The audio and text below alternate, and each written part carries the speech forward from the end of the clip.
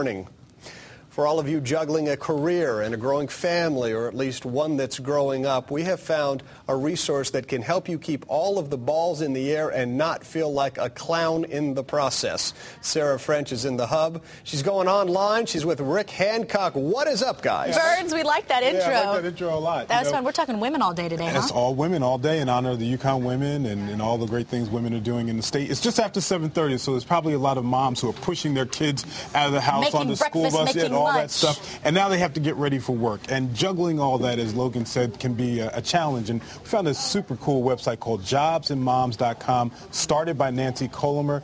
She's a mom, and she's a career coach, and she put it all together, and she's providing us with a wonderful website on how to keep all the balls in the air and do your job. And your job could be at home, or it could be, going to an office. And she has a bunch of categories that I wanted to focus on for this segment to talk about how to use social networking to kind of do your job, interested in changing careers. And so she has all these great resources on her website, and which, of course, is linked to our website. And I wonder if this would be helpful, too, for a lot of moms, they decide to stay home and raise their kids, and then they decide they want to go back to work. They might even want to. You are amazing, because she has a booklet as well as a guide to comeback moms. Comeback moms. And it is very difficult. It's a very challenging kind of process. And she recommends on her site, as well as some other career advice folks, who, if you are going to volunteer, if you're at home, you go to PTA meetings, you're probably asked to volunteer. Right. Take those skills and those volunteer opportunities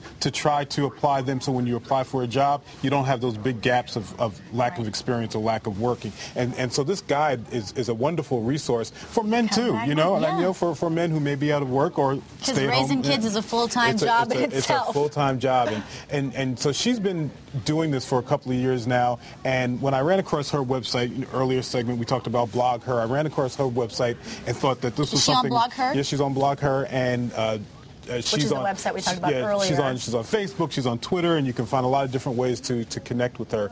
And her Back to Work toolkit is something that I think has become very, very popular. I'm not trying to pitch her book, but I thought it was enough good information to share it with the folks that are watching us. And also another resource that I wanted to mention, 100 that we put on our website, 100 of the must-read blogs by women, and they're broken down in news and politics. Scroll back up to the top really quick. Does that say, I thought that said Michelle Norris. Never mind. But she is speaking at the Convention Center today, by the way. About women and balancing career and families, and she's talking about journalism. I'm actually speaking earlier to the teens at the Convention Center. And you're going to put it on your blog. And I will put it on my blog, which is, let's see, Sarah French, Sarah Stories, blogspot.com. I don't know. Go to sarahfrench.com and you can find it. Plug for me, Rick Hancock. Thank you. Blog, entrepreneur.com, and also on ctnow.com. Logan, over to you. Guys, thanks. Coming up next, right here on the Fox 61 Morning News, Beatles Night on American Idol.